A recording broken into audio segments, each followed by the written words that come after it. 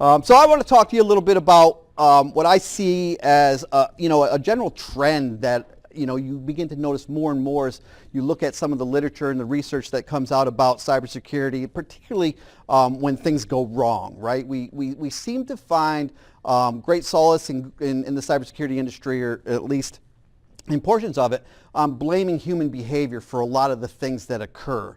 And I think that in some circumstances there are instances that occur that the human does play a role in what happened. Sometimes it's not something that they anticipated, or wasn't necessarily malicious, but I don't think it deserves the attention that it gets. And I think what it really does is distracts the industry from actually solving the problems, because it's really easy to scapegoat and move on. I can do everything correctly, and I've got all my tools, my technology in place, my policies, my procedures. I've done everything I can to make sure our organization is secure, and yet something bad happens, and I can look at the board of trustees or board of directors, or I can look at my boss and say, it's damn humans. I mean, I can't control what they click on. I've done everything I can. I can't stop them from doing that. And that's a convenient excuse, I think, sometimes, or maybe an overused reason. So, this is kind of amusing. I've been kicking this around for a while, and I don't want to stand here and lecture to you and just talk. So if there's a conversation to be had, I'd like to try to have it here, and we can discuss it and help me refine it and think about it in a way that might make more sense as we move forward, because I think as an industry, we're at a point where we've kind of stopped thinking about things and accepted solutions that are being sold to us from the development industry or the product industry. And I think, from my perspective, as I kind of look through things, I think we need to start thinking again and asking questions like why and what, instead of do you have a solution for me, a single pane of glass that will solve everything. So that being said, we're going to rely on Sturgeon's Law here. Sturgeon's Law says 90% of everything is actually crap. Right? It's crud. And if you don't know, Theodore Sturgeon was a sci-fi writer, and in the 50s he was asked, 1958, he was asked, well, what do you think about the genre of sci-fi? And he says, well, basically, 90% of it is just no good. It's just garbage. But the 10% that's out there is really great, right? Now, incidentally, human beings are blamed for nearly 90% of all breaches. So I think there's some connection here where we might be able to say, 90% of what we hear in this industry, specifically research that's coming out, and I'll put some air quotes around research, because we're going to qualify that a little bit, because most of the stuff that we're seeing right now is kind of vendor-sponsored research, or research that's being generated to solve or maybe identify a particular problem and then sell us something. But so maybe this is good for you to keep in context of what I'm saying today. Maybe 90% of what I'm thinking right now is just garbage as well. But that's why I'm here, because I need to talk to other people about it to see if there's reasons to believe that what we're seeing is not necessarily the trend. So if we walk away from here and say 90% of the last 50 minutes that you just listened to was garbage, I apologize up front. But that's what this is, what we got to start doing. We got to start thinking about things and talking about things differently. So I pulled some recent research studies that came to, across my inbox or in some feeds that I get, that looked at specifically things as it relates to insider attacks, or, human behavior causing errors that result in a breach. And I just pulled them out. The first one's from Crowd Research Partners, and I hold no judgment over any of them. I'm just looking for some context. And the first one says that 53% of the respondents say that insider attacks definitely happened at their organization in the last year. So 53% of what they, some sort of human interaction caused a breach. And that's not bad if you think about 100% of the people in an organization usually touch a computer, right? And 100% of the devices in an organization has been touched by an individual. So 53%, not terrible. 47% of all enterprise breaches are caused by employees either operating for their own gain or damage to an organization unknowingly being compromised. And that's more recent. That was 2017 cost data breach study. And incidentally, that's a fairly consistent number. It doesn't vary too much.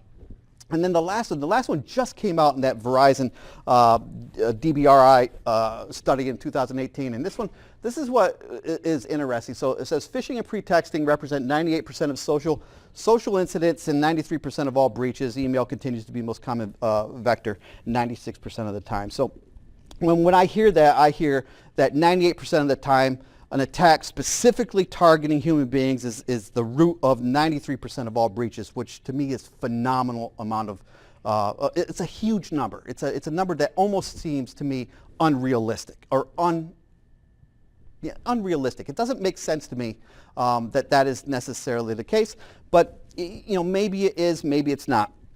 But I think we have to kind of qualify what we're talking about as it relates to this concept of human beings being the weakest link. So I went back and I tried to find, what's the earliest instance that I could find this idea that human beings caused a lot of trouble. They caused most of the breaches. So Google search, you can find pages upon pages of articles written by a whole host of different organizations and people that that have determined that somehow or another human beings cause most of the breaches in there. And I went back to probably about 2005, and then I stopped looking when I found this one here that said in 2005 that it came out of the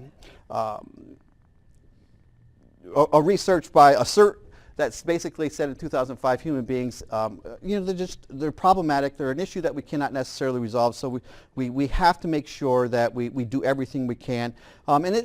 And then I found also I found one in 2000 that was a quote, and anybody that's familiar with Kevin Mitnick, that's probably one of his most famous statements is that, I don't need to worry about firewalls, intrusion detection systems, or any of that. I can just attack the weakest link in any organization that's human beings because there's no patch for stupidity. It's probably one of the more famous quotes that ends up in most cybersecurity textbooks written, and that was, well before 2000. I think it was around 2000. So there's been no weakness, or there's no shortage of historical context of this, but what they often fail to do is kind of break down what are they really talking about when they're talking about insider threats. And if we look at the insider threat report from CA Technologies, they break it down in two ways, whether it was an error or malicious, right? So if we have, of the 100% of the breaches that result from human error, 47% of those were insider threats, which were malicious in nature, right? They were intentional. It was an employee who had a desire to cause harm to your organization. That's not error, right? That's not a mistake. That's not happenstance. That's not something that you did by accident. That's not an employee scanning through their emails and accidentally clicking on or inappropriately clicking on a link in an email scam. That is an employee who came to work to that organization to intentionally cause harm. That can't be considered part of human error, right? There's no way that we can accidentally do something intentionally. The other 51% of insider threats are errors. There's no intent. They're not your enemy. It's negligence. It's accident, right? It's generally there was no intent to cause the harm, but we have to remember that those folks are not necessarily our friends, but they're things that we can try to consider how to control them. Right? So if we break it down, these are the ones that we should be focusing on, right? 47% of the insider threats are threats that we actually need to make sure that we can address in some way.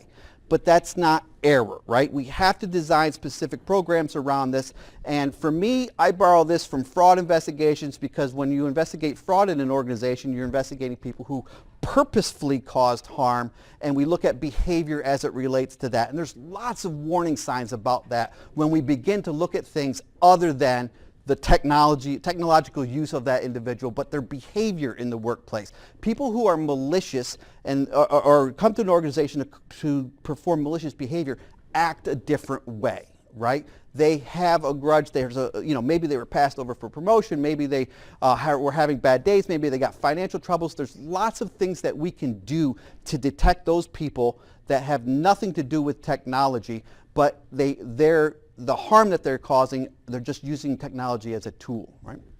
This other 51%, this is the group that I think is really interesting because we've spent a lot of time trying to figure out how to train employees or to make them do the things that we want to do using technology to try to manipulate their behavior. They make errors, no intent. They're not our enemy. They're just a group of individuals that we need to do better for. And then the other one where the individuals, like I said, mentioned before, those generally no intent, but they're not our friend. They're the ones who are persistently causing us issues that are hard to control because we don't have a really good mechanism inside to take care of individuals who just make mistakes and cannot necessarily be learned. So I like to break it down because I think that kind of clarifies the conversation a little bit for me. I would approach a malicious insider much differently than I approach folks who just don't understand or have shown a propensity not to really want to understand what we're talking about. So when I look at this, and this is the philosophy that I take, is I can only control certain things. I can't control the bad intentions of another person, and if I can look at the problem and I can figure out which groups of those insiders that perhaps I can try to help control, that makes my life easier, right? I can look at, if I can narrow it down to 51% and take care of that, then I can really turn my attention to those malicious insiders. But we have a hard time as a person to try to, as an industry to pull these apart and kind of look at them differently, because it's often easier, as I mentioned, just to say, look, I can't control human behavior. There's no technology in place. There's no patch for stupidity. They're the weakest link. They're always historically been the weakest link, and that's just the way that it is likely to be. It's an off ramp for folks who try to, that just get frustrated, technologists. And I'm not knocking technologists. I think they play a really big role, but there are things that we need to do.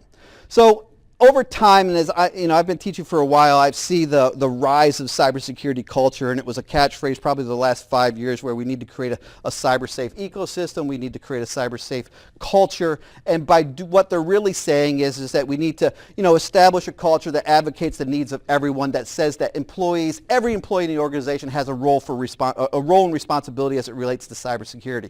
So, Steve in accounting and Helen in payroll and the CEO and the boards of directors all have a role to play in protecting the organization. And that's a lot to ask, right? Employees must be actively involved in an organization's cybersecurity apparatus. They target executives, so we need to make sure that they know what they're doing. They target low-level operators in an organization because they're usually the least skilled and least technologically adept. So, interesting problem. And as I read this particular statement, this came out of CSO Online, I looked at it and I said, well, this statement, the last one where it says worker bees are similar targets for attackers to gain access to the networks and develop an network and elevate privileges so they can move laterally to find information. So the first thing that says to me is, whomever wrote this, I can clearly understand what they believe the role of a low-level employee of an organization is. They are worker bees. They are drones to do what we tell them to do, and that's it. It's not necessarily taking into consideration that they are actually human beings. They have the ability to reason. They have the ability to think. And the only thing that we've really failed to do is train them, right? Training employees, making them understand some of the things that we want them to understand. But instead we say, hey, it's part of your job. You do it, and we'll thank you for it. So I wonder, for you guys that are you folks that are in the field of cybersecurity, do you think that's a responsible approach for an organization to make cybersecurity everybody's role? Does it work? From a business standpoint, a lot of compliance regimes are now making that part of the requirements of the checklist. So how would one go about measuring that? Because if we're going to do it, we have to measure it, right? We have to see if it's effective.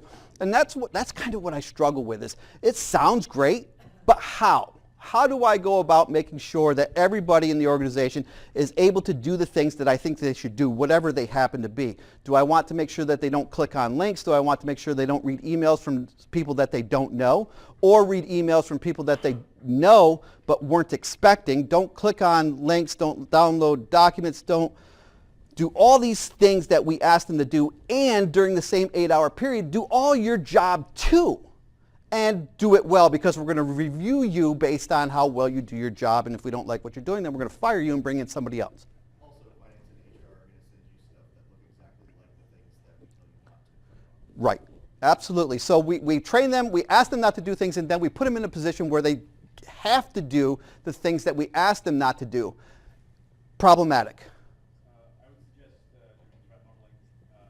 There's no way that you can do all the things, so you need to prioritize lists of what you're actually realistic threats are. So whether it's Stride, whether it's attack trees, or whatever, whether it's some other threat modeling approach, needs some way to prioritize.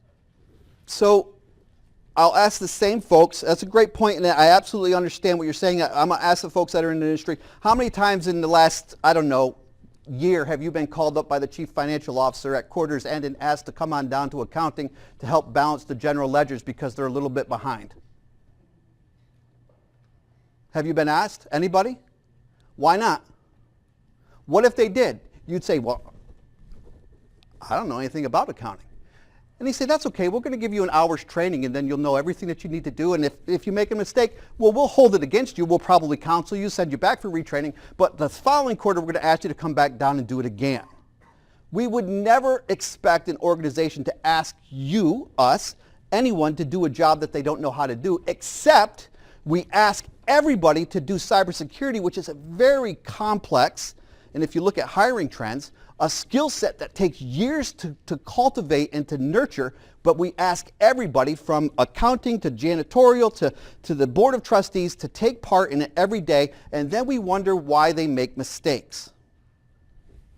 So my I want a unicorn sort of wish would be, since we are living in a much more digital connected world in every aspect of our lives, seeing more in just basic education, public education, in the school systems, privacy advocacy, seeing like how do I keep myself safe in all cybersecurity situations, and then when they get to the workforce, there's a base already to build off of.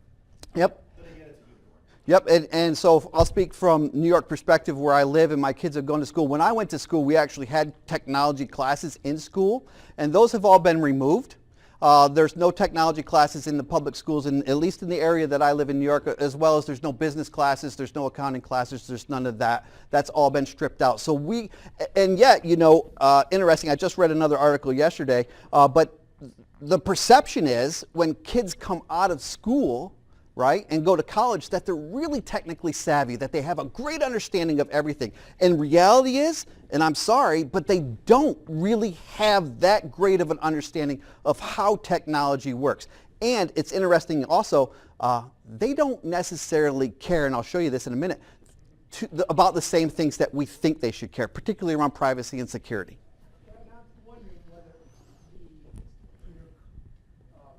pushing to employees to do quote cybersecurity is misphrased. It's my analogy being we certainly don't expect we do expect everybody, if we give them the keys to a company car, to drive the car safely. Yes. We don't expect them to do the track and trailer. And so I think for cybersecurity, we do have reasonable expectations of employees to do something safely. Not to look at heck stuff to be extreme, but there is some level, and I use basic Sure. wisely.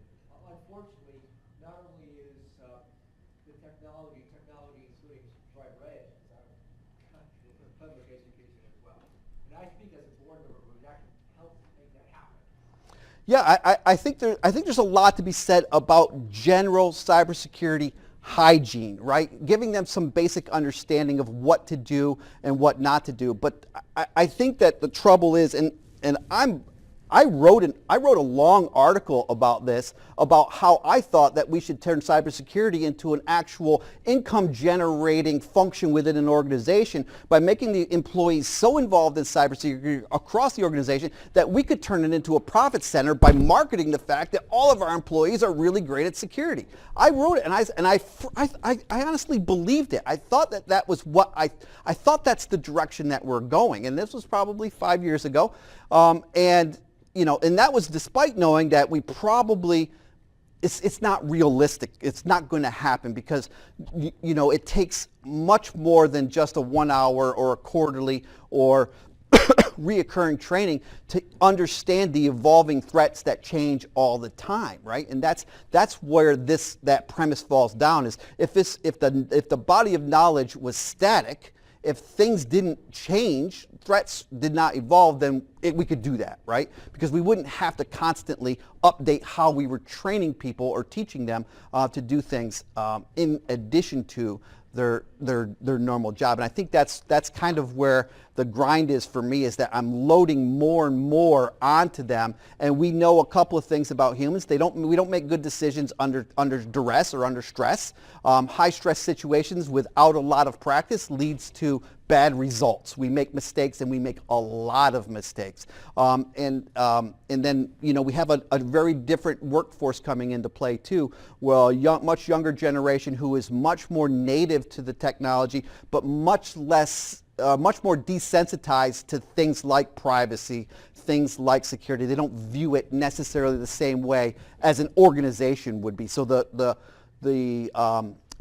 trend to turn their perceptions, their personal perceptions, into a more similar organizational perception of need to be more cautious would be a much steeper climb for us. So, and to kind of reinforce this, I just pulled down, the number of emails that we see bouncing around worldwide and where they're projected. And this is a staggering amount of emails. And if most of you who have emails know that you get a lot of these, right? Emails that you have to scan through, or you have to weed through. And my point being is that it's really difficult, if even it's just looking at something as simple as, please be careful when you look at your email, and don't make the mistake of clicking on a link, or you should, hover over the link to make sure the URL in the link is the same as the one that's presented to us when we hover over it, or is the return address actually the same as the sending address in the email, or those, what I would consider more advanced decisions that you have to make in a matter of seconds, difficult to do. So the average number of emails sent and received, 126. It doesn't seem like a lot, but it is a lot, taking into context all the other stuff that you're doing in the workplace. And that's my point here, is we're just asking a lot of things for the average human being to do that's not native to their education, experience, and background. I'm thinking all those employees that aren't trained. And I'll be honest with you, we just had at the campus here last week, I think it was, a big phishing attack that came through the student email. I think I've read in the newspaper outside that there was something like 30,000 emails that were sent to students that were basically phishing attacks to some sort of I don't know, something about new jobs. And I was actually eating lunch with a student, and he showed it to me on my phone, and I glanced at it for about 5 seconds. I said, hey, it doesn't look too bad. It might be worth following up on, because I didn't read it. I didn't check for spelling. I didn't do all those things. I thought it looked like a legitimate, hey, I've got a job opportunity here. Maybe you should click on the link. And that's kind of my thoughts here. If you're not paying that close attention to what you're doing, like most of us don't when we get into email, mistakes are going to happen. And if that's what we're relying on, we can't necessarily call it a weakness. We're just going to have to call it a vulnerability, in that we're just asking people to do too many things at once, which is why we don't allow you to text and drive, right? We know we can't do a lot of things at the same time.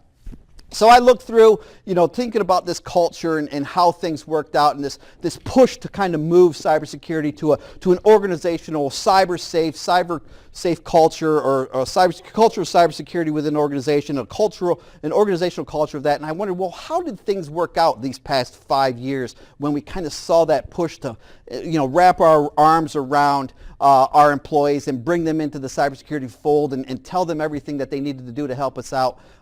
And if you go back and look, it's just nothing's getting better. Things continue to get worse. The cost of cybercrime is going to rise to $6 trillion in the next couple of years.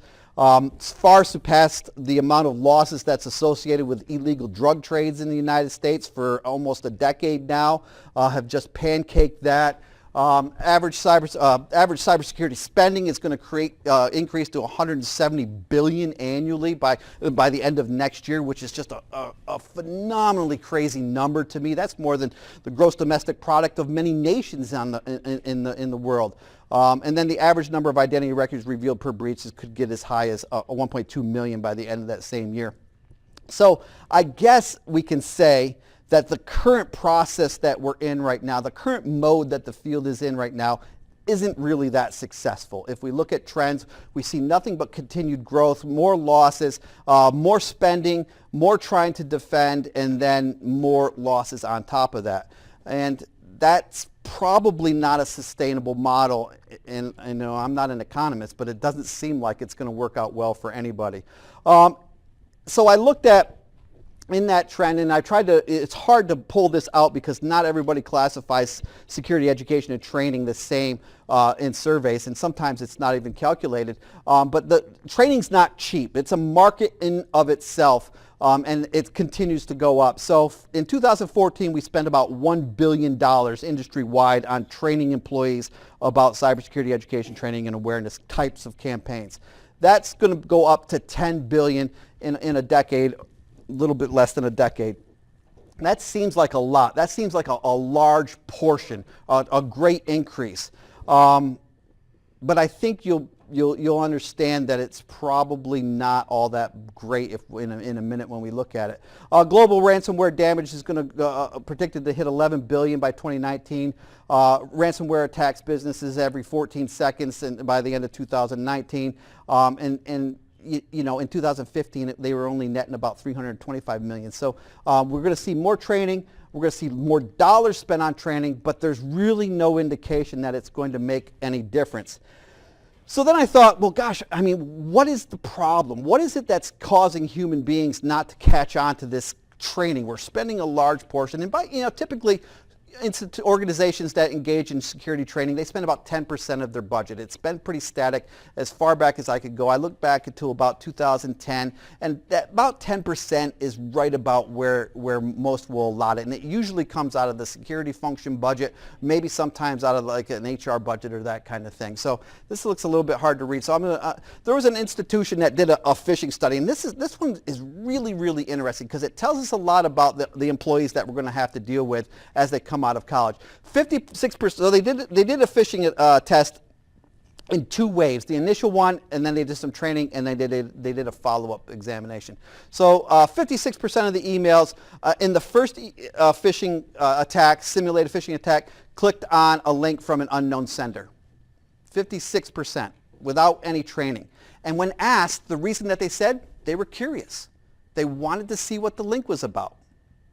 How do you train out curiosity? Short of lobotomy, I can't think of a way to stop you from being curious. And secondly, do we want to train that away? Do we want to take away the innate human trait of curiosity in our workforce? Because when curiosity goes away, so does innovation. And organizations that don't innovate do not make profit and are usually not around very long. So they went and they trained, the second thing here, 78% of the participants stated in the questionnaire that they were totally aware of risks associated with what they were going to do. 3/4 of the people in the test and in the study knew that it was dangerous. They knew there was risk associated with it, but 56% of them still clicked on the link because they were curious. They just wanted to see what it was about, right? That's human nature. So they did their training and they went back through, and things got better. 20% from the first study, 16% from the second study said that they clicked on the link when they were interviewed. So when after the second round, they interviewed them, and this is what they said. 20% from the first study admitted to clicking on the link. 16% from the second study said that they clicked on the link. Researchers went back and actually looked. 45% and 25% clicked on the link. So they lied about clicking on the link. Now, why would they do that? Embarrassment, fear of repercussions, the same reason employees won't tell you when they make a mistake, because they're afraid of what's going to happen, because your policy says if you click on a link, these things are going to occur. You've got to go through training. You may get a verbal warning. If it's your first time, you may go back through training again and get a verbal warning and a written warning. And if you do it 3 times, we're going to break your mouse and kick you out of the club, right?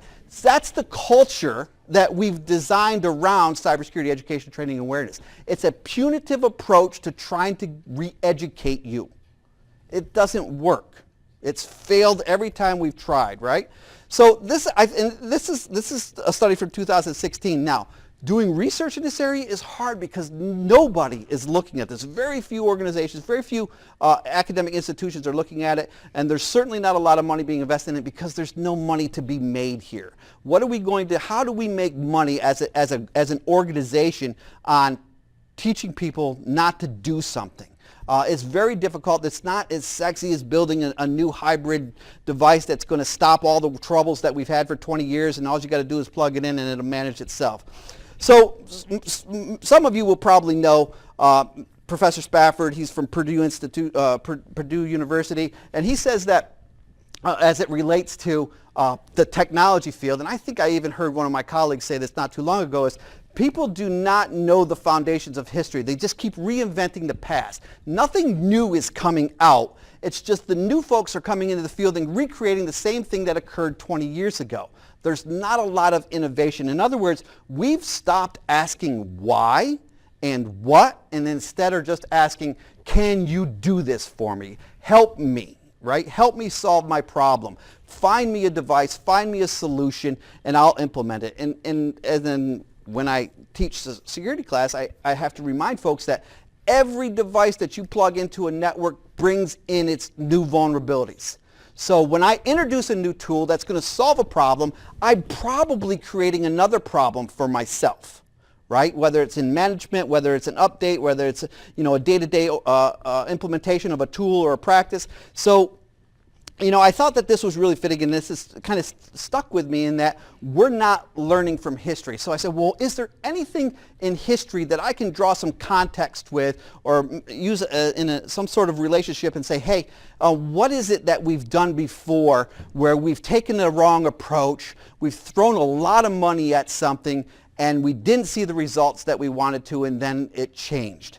And for those of you folks that have been around and alive for a while, you'll probably remember that when the United States began its war on drugs under Nixon. He said that we need to approach the war on drugs in a two-pronged approach, a prevention and an enforcement, right? And we're going to put a lot of money towards this war on drugs and pour in funding in law enforcement. We're going to go on an offensive. We're going to arrest users and dealers, and we're going to have international interdiction, and we're going to do all the things that we can to try to stem the flow of drugs in the United States, and we'll also spend some money and time on the treatment and prevention. And early on, and this is a great database. There actually is a lot of really good information about this. The percentage of money that was spent on the reduction of drugs coming in, the supply, far outweighed the money that was being spent on demand, right? And when I talk about demand, I'm talking about treatment and prevention. I'm talking about education,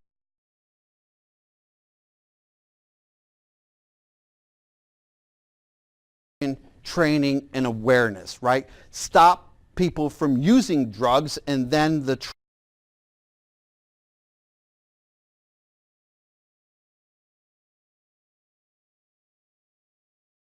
would theoretically go down. So I pulled up the most recent ones that I could find, and I thought that this was pretty interesting. For some context, looking at 2013 2003 is the dead center bottom. About 42% of the funds by 2003 were spent on demand reduction, right? Education, training, treatment, interdiction, those types of things. Preventive services, right? And then the remainder was spent on law enforcement, international issues, interdiction, those types of things that were more supply side oriented. And as you can see over the past 2 years, 2017, 2018, it's almost up to 50% of our money that we're spending on a problem that is a whole lot like cybersecurity on prevention. Makes sense. Is it getting better? Hard to say. It depends on who you're asking. It depends on where you look. But the intention is definitely different than what it was when it started. When we look at cybersecurity spending, 2014, about 10%. About 10%, which is pretty typical. This year, it's down to 7%. In 2021, it's going to be less than 1% because of the big increase that I showed you earlier of cybersecurity technology costs going up. We're spending less than 10% on what's being diagnosed as 90% of the problem. 90% of the problem, we're told, is human error. Humans make mistakes, yet budget-wise, we're only dedicating 10% of our resources to fix that problem. I'm no business person, but that doesn't seem right to me. That doesn't seem like a logical model for success. If it's 90% of the problem is human error, then we probably ought to spend more than 10% of our overall security budget on trying to address that issue. Makes sense, right? I mean, to me, that seems fairly logical.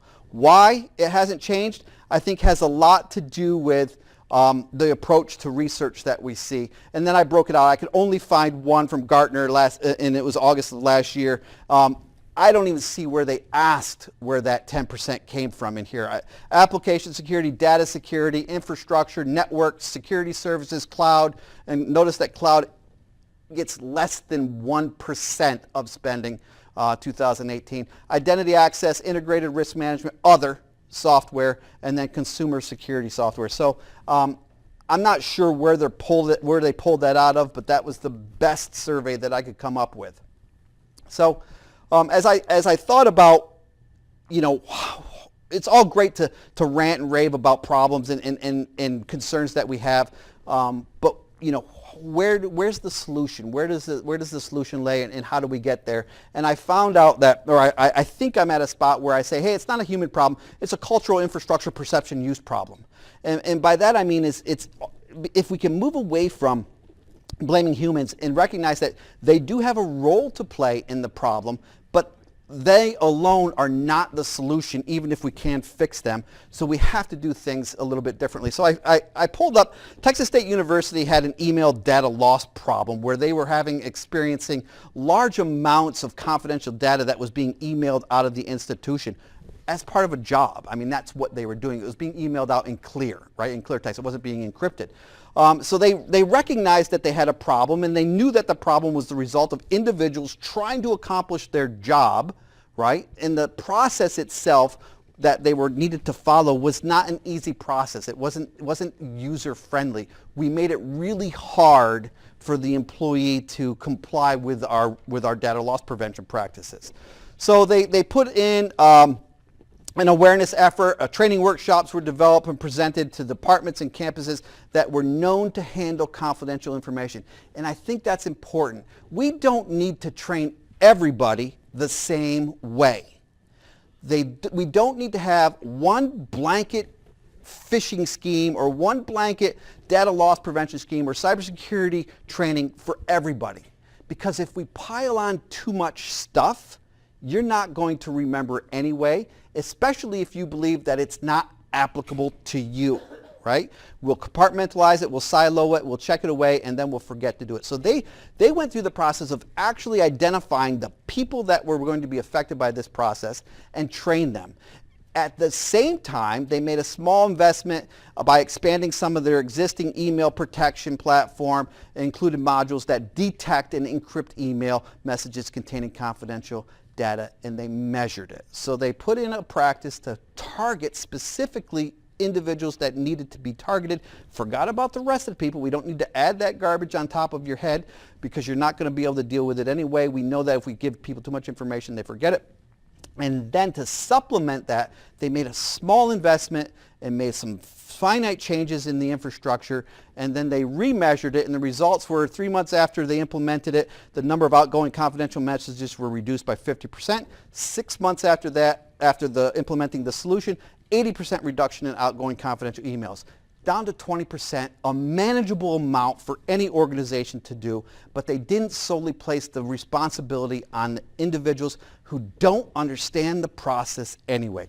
They were clearly understood that confidential information had to be done or had to be protected, but the process prior to the change was not easy. It wasn't something that was intuitive for them. So why ask them to do it?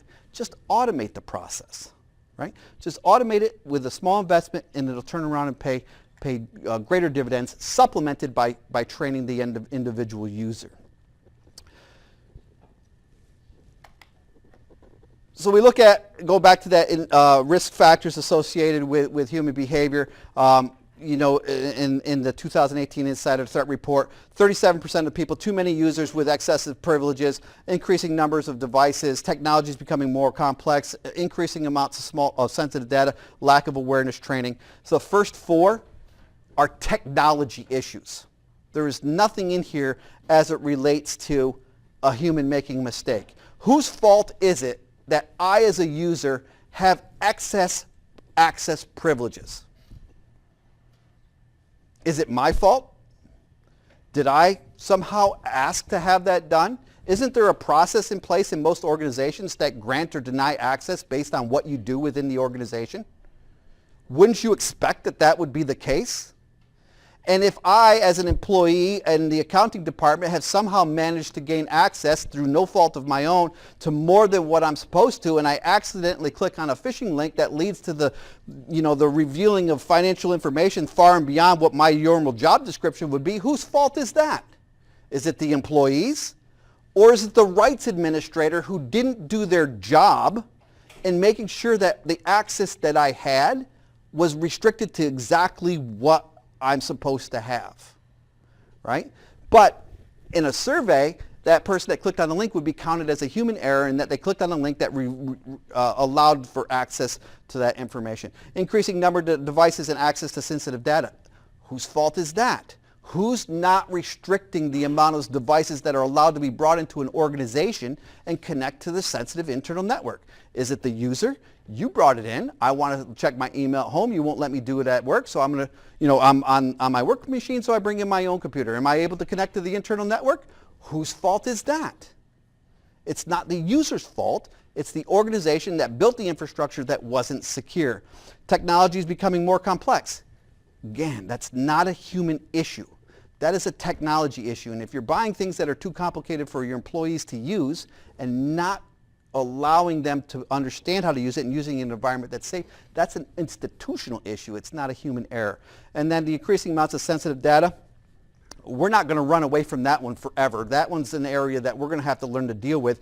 But how many organizations have an appropriate data classification scheme that's easy for an employee to understand what you're supposed to do with that sensitive piece of data that they get? What do I do with it now that I've got it? Should I save it locally? Do I save it on a shared drive? If I save it, do I have to put a password on it? Do I have to encrypt it? When I email it, what am I supposed to do with it? It's a complicated process to ask people to do if we haven't taken the time to make that easier for them. And lack of employee training awareness, that ain't my fault. It's not the employee's fault. You're only spending 10%. You probably spend more on coffee than you do on training an employee for an organization.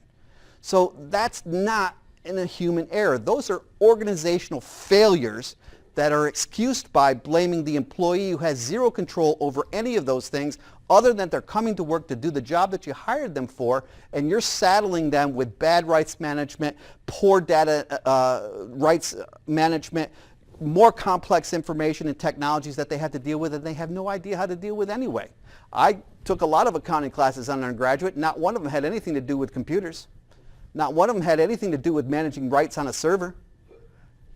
I took way too many accounting classes, and I never remember any of that.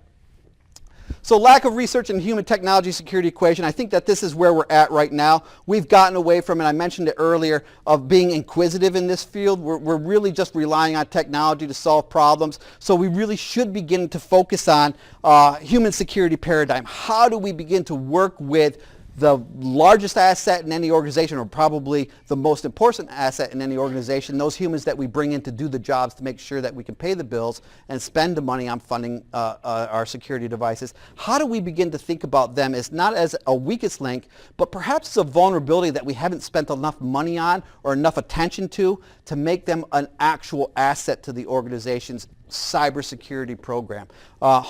Difficult to do. There's not a ton of research money out there on this. It's just not an area that's particularly attractive to it, but it is what it is. It is, I think, what we need to do. So I leave you with, the thing that we need to do is start asking questions. Primarily, why are we doing the things that we're doing?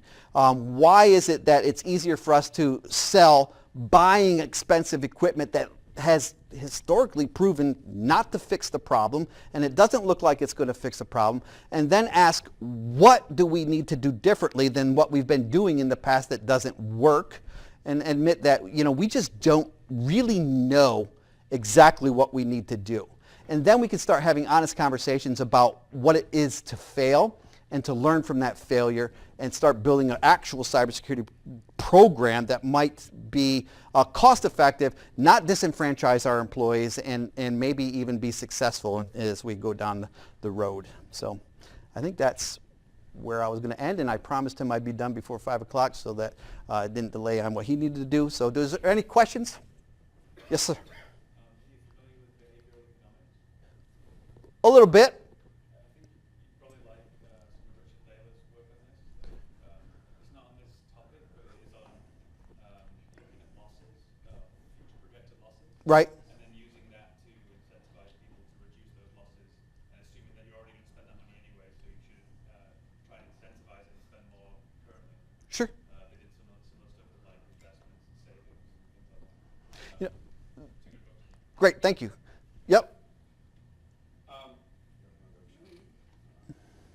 So if you looked at anything as far as velocity of change goes, and what I mean by that is, I find that people can never really look in the rearview mirror.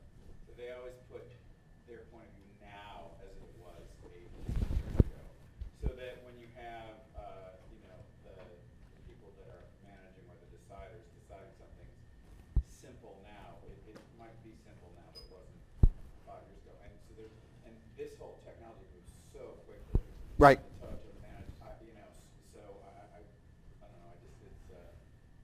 There's so much judgment around all this. I was in London and I met the commissioner for the GDPR, and she said in the UK, they really focus on education and collaboration and enforcement, because all three components are the legal requirement of the legal enforcers. Right. In the United States, they don't do collaboration and education; they just do enforcement. Enforcement. Hence the failure that you're pointing to. But I was curious about the lawsuit. I have not, but I will. Yes, sir. Do you think the risk should be brought back down a little bit to the people who train these people? I mean, like, organizations don't train people to use Word, Excel, or PowerPoint for the average fields. Should those skills actually include some of this basic training? And maybe not going down to the unicorn high school level, but especially when you get professional level, like you can drive a car without a driver's ed. They get taught Word and Excel, it's not the employer's responsibility to teach it. Why is it the employer's responsibility to teach them the basic security that you can already do? So I kind of thought about, how do we make that knowledge transferable from organization to organization? And my roadblock was, I don't know that I can say that the cybersecurity practices at company A are going to be equivalent to B. Then I began to think about, well, what foundational things do we need an employee anybody to know, right? What is it that we would ask them, that we would expect? Basic cybersecurity literacy, right? And I get stuck at things that we really don't even care about anymore. Do we care that they can create a good password anymore? Is it really that important? And then, if I teach you that it's this scheme, and then you go over here and it's like, oh, no, we don't do that here. We do this. Now we have problematic. So I've not been able to really kind of nail down what is the common things that we would want them to know. And as I look at young folks, this is even more interesting, is they don't really care about the same things that we had. And I was going to mention, the Facebook breach, where they revealed, there's one that just occurred. Zero impact to that organization, by the way. In fact, their stock went right back up higher than it was days before. There was no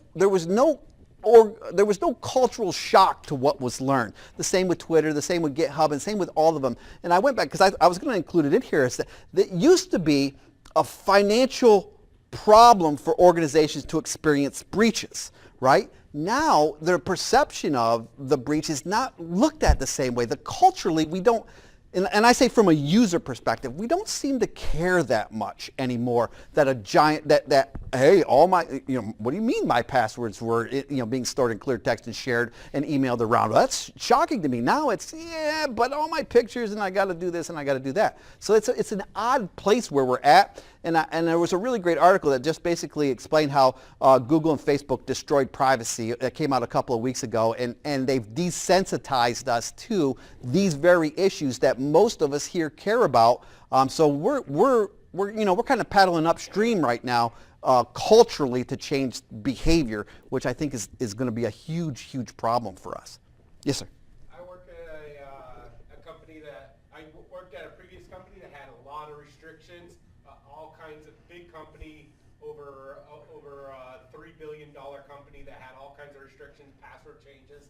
Now I'm at a startup company where I see people that have Post-its on the back of their laptops with a password that they cannot remember to get into their machine. And now we have other software we're integrating that's going to have other passwords. This is too much for some of these people that are used to managing everything on paper. Yes, How do we get them up to the level that is just competent of remembering the password and logging their machine? Well, maybe we should just look at providing them a software management application instead of asking them to remember it, right? So that's a technology solution to a human issue. We know we suck at remembering passwords. We've known this forever that humans aren't designed to do that, but we continued to jam that down their throat until just recently, where I think NIST came out and said we should probably stop doing that because it doesn't work, right? But that's one of those things that's, one of the stalwarts of cybersecurity is password configuration and how important it is. Forgetting that we can't do it.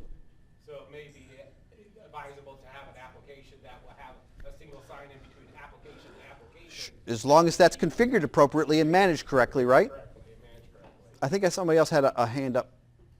Yes, sir.